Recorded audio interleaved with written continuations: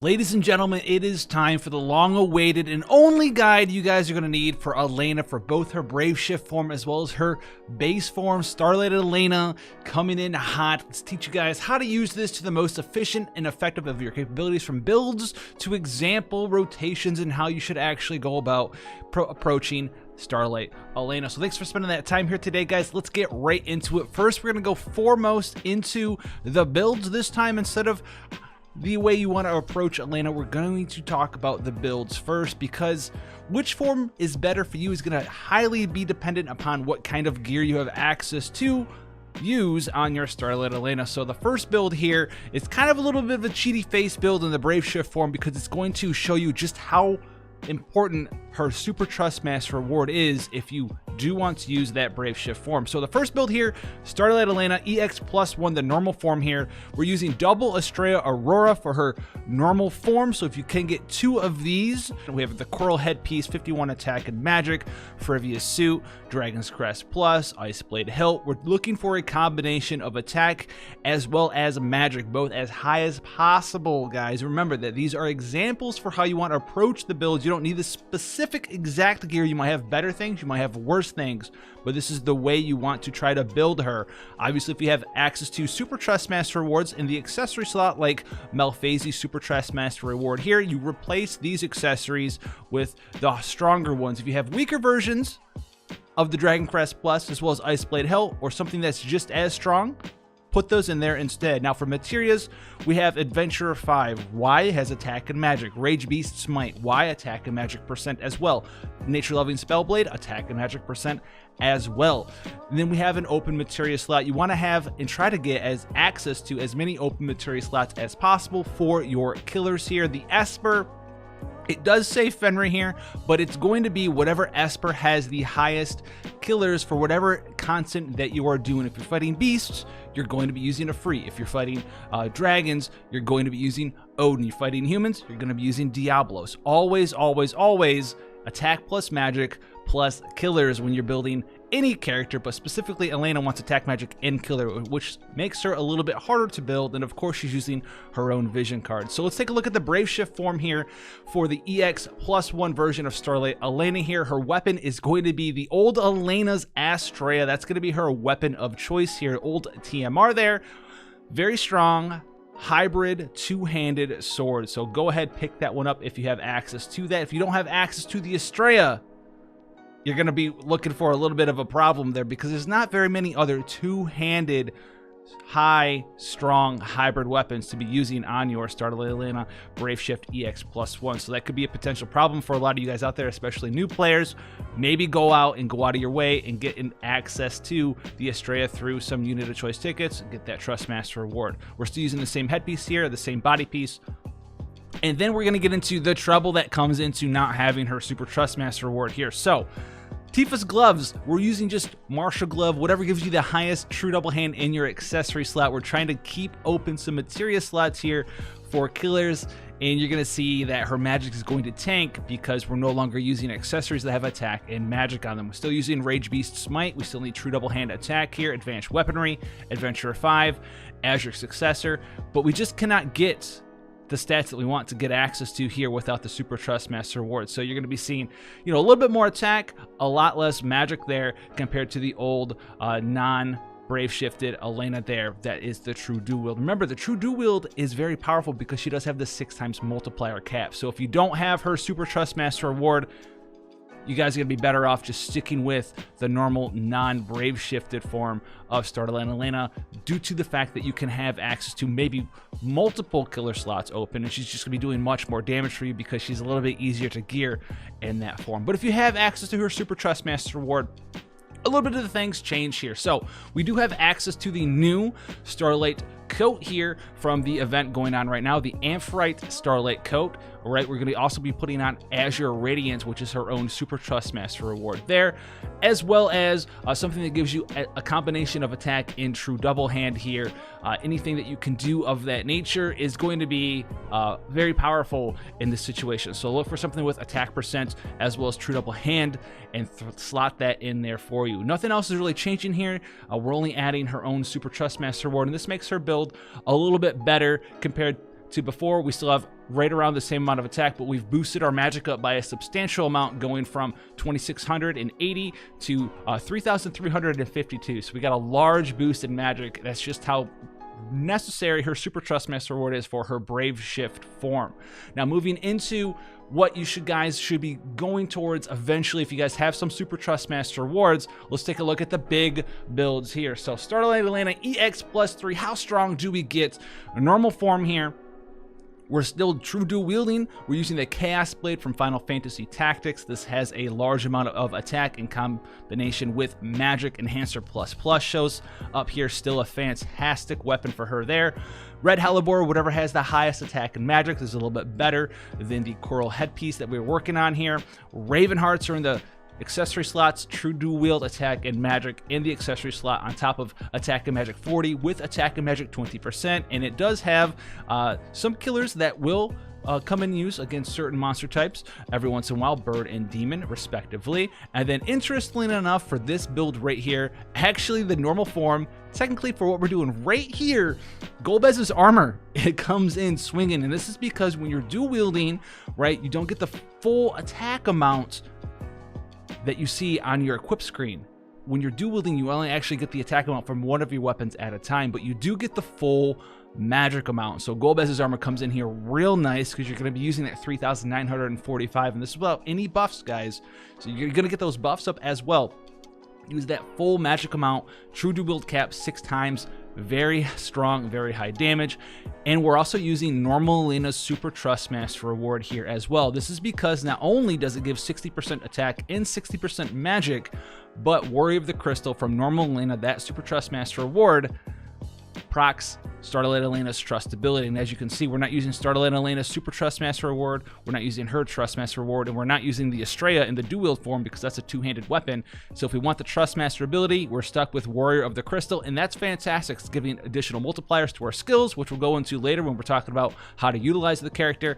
And with that being said, in this build specifically, we have opened a lot of slots for different killers for you guys to throw in there. Specifically against humans, we have access to Supreme Sentinel Warrior Weapon Specialist there from Maneater, really becoming the Maneater of Mins there, also getting the attack and magic % from those as well, and also being able to use Maneater / Maneater Plus to really get in there and get our human killer up there. So you're gonna have probably, if you are working on a Super Trustmaster reward build for Starlight Elena, probably most of the time, if you have Raven Hearts especially, you're gonna have like 2 killer slots open 99.99% of the time for those battles that you're going up against. So super awesome there. Still using her own vision card, so keep that right on her all the time. Now for Brave Shift form here, we still have access to, and her best weapon is Astray. I've tried a million things, right? Equip bows with Artemis bow, a bunch of weird stuff. Astray is still her best weapon by far. We're still using the Red Hellebore in the head slot.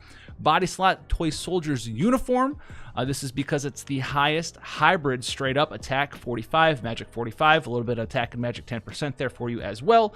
A body piece for her. Accessory slot, whatever it is that you have that has the highest combination of attack plus magic. In this case, we have the Moonshade Earring, 53 attack, 53 magic. We'll also have things that could come in, you know, a close second, like the Kunshira accessory there with 50 attack and magic as well. But Moonshade Earring is technically the highest combination of attack plus magic at the same time. Raw attack plus magic, we don't need percentages for this build because it's capped already. Now, materia slots, Azure Radiance, her own Super Trustmaster reward, as well as Elena's Super Trustmaster reward, Warrior of the Crystal, come in here. And in this example build, we're building against a human target, which has 0% killers against. So we're using Supreme Sentinel as well as Weapon Specialist here, still using Azure Successor. And we have Diablos in this example build because we're trying to stretch the limits. The previous 2 builds, we weren't trying to stretch the limits of what would a best in slot build look like, because a best in slot build, you're always trying to, especially on Elena, attack %, magic %, true dual wield %, true double hand % if it's the Brave Shift form in killers. That is a big ask, and so you have to really stretch the lining of what you can fit into a character's gear slots, and Elena is going to test your might in that regard. So Elena in the Starlight Brave Shift form is a little bit held back by her weapon selection because Astray, while being her best weapon, is also just a Trustmaster reward, 130 attack, 150 magic, I do believe. True double hand, she's gonna get penalized a little bit by that update we got a long time ago, known as the log calculation update. She got penalized a little bit for having lower attack on a weapon. If you don't know what that is, quick recap: the closer your weapon gets to 180 attack, the more full, more complete your damage is. That's 100% of the damage. The farther away you get from that going downwards, you take a slight damage penalty all the way down. So she's penalized a little bit in that regard, whereas dual wielders they are more lenient on that sort of logarithmic calculation. So actually helps out, and they get a little bit of a boost as well. Helps out the dual wield form of Starlight Elena. Now moving into how should I approach using this character. She's not that complicated, but she does have a direct way that you want to approach using her. You can use her in multiple ways. She has her brave shift form, she has her normal form, but traditionally you're going to be doing one thing on turn 1, and turn 1 is almost always going to be your setup turn. This is because she has a very powerful buff with either Lux Overflow or Aqua Overflow in her normal form. This is her 2 moves that either reduce the water resistance or the light resistance for one enemy. They imbue her with the element imbue of that respective element, and it also gives her that 20% damage buff when using either light or water damage, depending on which buff you use there. She also will have access to a cooldown skill that will fill her limit burst up as well. You're going to be casting this one. That's going to be Stella Maris. So you're going to be using that. Make sure that's good to go. Put those 2 things up there. The 3rd skill that you cast every single time on turn 1 can kind of be whatever it is that you want it to be.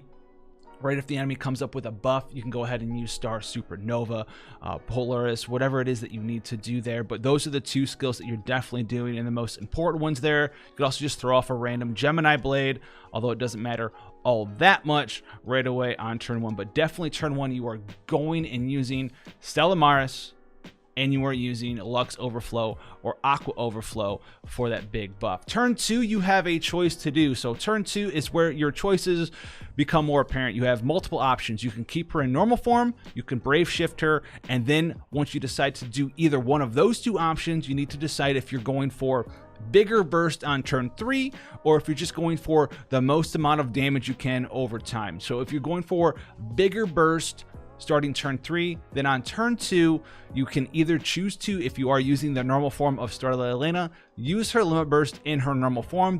This will give you some multiplier increases to her big skill that you're going to be spamming for the next couple of turns, which is going to be none other than Gemini Blade. So after you use that limit burst, Gemini Blade will be a 130 times multiplier for the first cast. Subsequent casts will go up to a 170 times multiplier, which is very powerful considering that you have the full use of your magic stat in your dual wield form. She has the true dual wield 6 times multiplier cap, and it's going to be very powerful. Now, if you want to use the turn 3 burst on Starlight Elena's brave shift form, on turn 2 you are going to brave shift her, and you are going to use her limit burst in that form. That is because the Starlight Elena brave shift form limit burst will buff up your stronger skills in your brave shift form, and that is what you're going to be doing damage with there.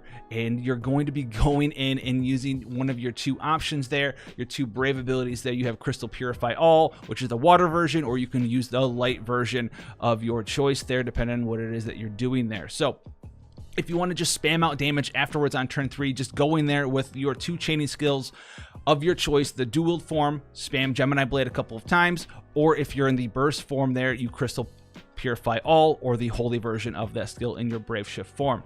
Those are your 2 options there. The other option, if you don't want to do that turn 3 burst, you just want to go in there and do it right away on turn 2, then very simple, guys. You just don't limit burst at all on turn 2, and you just start using your chaining skills. You will lose the multiplier buff.